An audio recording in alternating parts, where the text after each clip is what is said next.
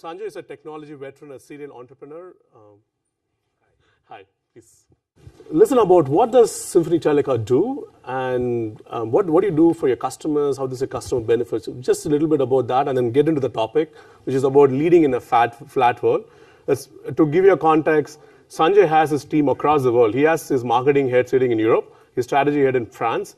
He has one of the P&L owner in India, and he sits in Silicon Valley. How do you run a company which has such globally distributed management team? That's really what we talk about. First, let's talk about a little bit about yourself and Symphony. Sure. Basically have about 27, 28 years in the business. I have started a couple of companies here in Silicon Valley between 1996 and 2006. Founded 2 different companies, which both went through acquisitions. And over the last 8 years, basically been associated with private equity-owned companies, which are more on the services side. Okay. So that's kind of about me. Okay. About Symphony Teleca, we're a global R&D services company. We act as a extension to the R&D teams of our customers. Okay. We're about we have about 600 plus customers globally. About 50% of our revenue comes from US-based customers. About 35% revenue comes from European customers, okay, and about 15% from rest of world for us. We specialize very much in kind of cloud mobility and analytics platforms. Okay. We're probably the largest scaling partner with Google on Android. On the handset side, for example, almost every handset manufacturer except Apple is our customer. We are quite big in analytics. Have almost 1,000 people team. Focused on with a bunch of data scientists. Focusing on solving our customers' predictive analytics problems. We're quite big in connected car team. Which is as infotainment and connectivity in the automobile is getting to the next level. We are board members of Genevi, which is an open source platform for connected car. We're participating with Google on their Open Automobile Alliance and other initiatives. Okay, interesting. And so getting into the topic, you have teams in 12 countries, and tell us a little bit about your management team. Where are they based in? Sure. How do you run that? Tell us a little bit about your day, going through these meetings throughout, talking to your teams and so on. So our, we're fairly, the company is fairly global, as you said. We have operations in dozen plus countries. And I think the philosophy that we follow basically is that the management team of our company, it's purely based on where the talent and the responsibilities lie. Okay. Instead of that everybody has to be in a given location, right? Okay. I am based here. So you're not stuck up on your team to be close to your. No, we're not. Okay. We're really taking that whole approach of the world is flat, right? Okay. And there are very good senior management talent available all over the world. Okay. And in our case, myself and a couple of senior colleagues are based here in Mountain View office, right a few miles from here. Okay. But then we also have colleagues based in Dallas is our largest office here in US. Okay. So we have a couple of colleagues based there. Colleague based in New York. Okay. A couple of my direct reporting colleagues based in Europe, and then Bangalore and Delhi as well. Okay. Okay. My biggest when I look at the team, usually there are P&L heads, 5 of them who report to me. Okay. So our whole P&L is broken down into 5 groups. So there are 5 of them. And then we have functional heads like finance head, marketing head, and so on and so forth. Okay. My biggest reservation in the global team, and as we were looking at Symphony Teleca structure, was that I'm very used to having my CFO right next to me.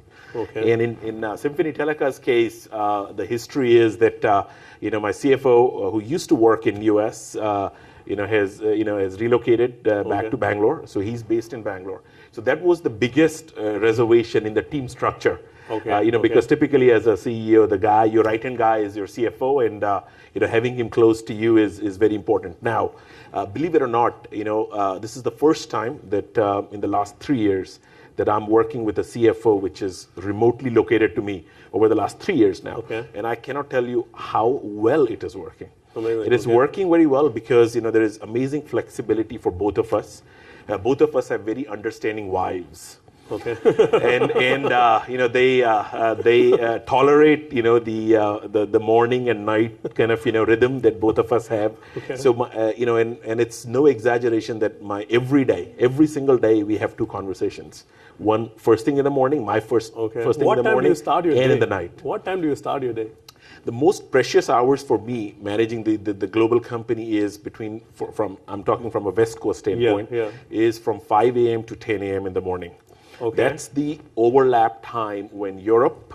5 a.m. 5. So my typical day started like this morning. Alarm clock is usually around 4:30 a.m. for me every day during the work. So how many of you get up at 5 o'clock in the morning?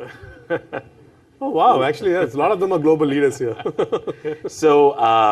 It's so that's usually the time which all of us can overlap. So any kind of global calls, we typically schedule during those time. Okay. And the second thing is that I have 2 very dynamic assistants. One's based here in Bay Area. The other one is based in India. Okay. So basically, my office is always on. 24/7 office. It's 24/7 office, and in fact, these 2 ladies do a fabulous job. They kind of anything which is open that has to be acted upon, they kind of transition to each other. Literally. So it's a rhythm that works very well, and they've been with me for the last 8 years as I've been kind of through this journey. Oh, interesting. Yeah. Okay.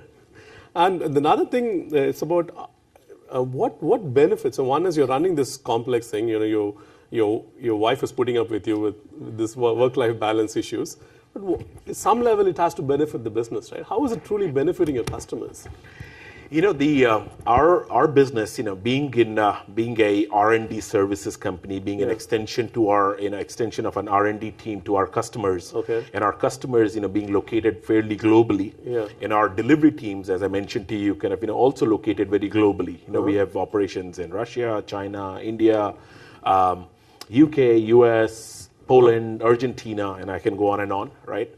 And the global the global proximity to our customers is very important, right?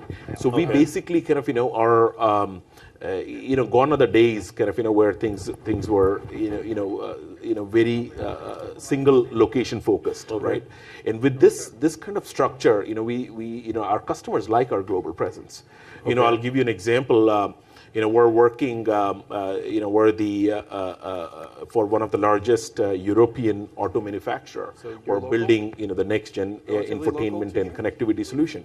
And the teams which are implementing this are based in Germany, UK, Russia, and India. Your customers' teams? Our teams. Oh, okay. Customer is European auto manufacturer. Okay. And I think they love this kind of 24/7 also where team is during the crunch times the decisions can be taken quickly and kind of you are round the clock in terms of delivering and solving those tough engineering problems, right? Okay. So I think being closer to your customers and kind of being very aligned both as a management team and as a R&D team is a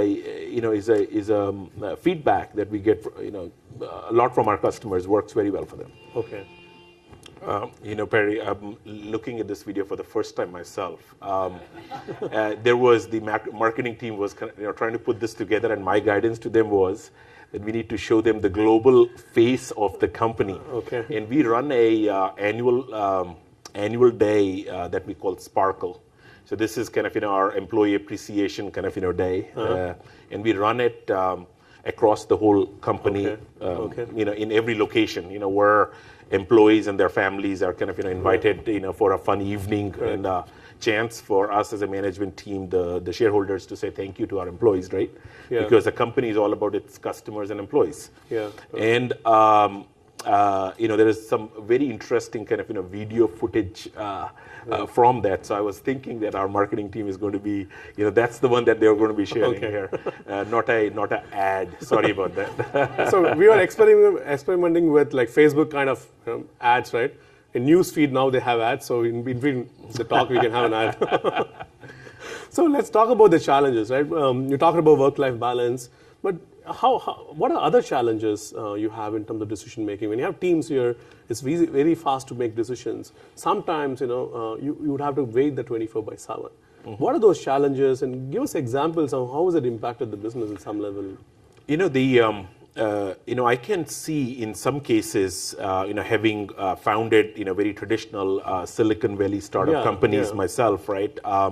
I can see at times kind of, that, you would want in that first phase, first generation, product that you want kind of, the team to be together, right? Yeah. In our case, though, what we have done is, since we're more on services side, right, we're kind of right behind our customers, we typically execution and operational rhythm and decision making is much, much more important, right? Okay. In services, operations and operational excellence is very, very important. Okay. So what we do is basically, we have in the company, defined very clearly kind of, what is our operational rhythm as a management team and also as, various different functions and business units which are there. Okay. So what that basically means is that, we have defined that, we as a management team get together once a week at a set time and is it a US time, India time, Europe time? Which one? It's common time, right?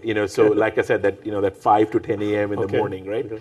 And we try. There is a lot of discipline amongst all of us, myself and the rest of the team, that we try to make sure that that once a week for a couple of hours we're together. Okay. So that we have also video conferencing facilities across the world. That is correct. Okay. We have all that stuff, right? Okay. We use a bunch of communication tools. Okay. And we try to make sure that we define this operational rhythm in detail, meaning that for this once a week, any key strategic topic decisions that we have to make, we're inorganically growing, we're looking at companies to buy, all that stuff, right? So we would basically kind of make sure that we define what all are the items that we are going to cover. So we do that. We do have our monthly kind of very, very detailed operations reviews, right? Where we look at, for example, from a services company standpoint, utilization, labor cost issues, attritions, operational aspects of the company. So we follow that, right? And then we have,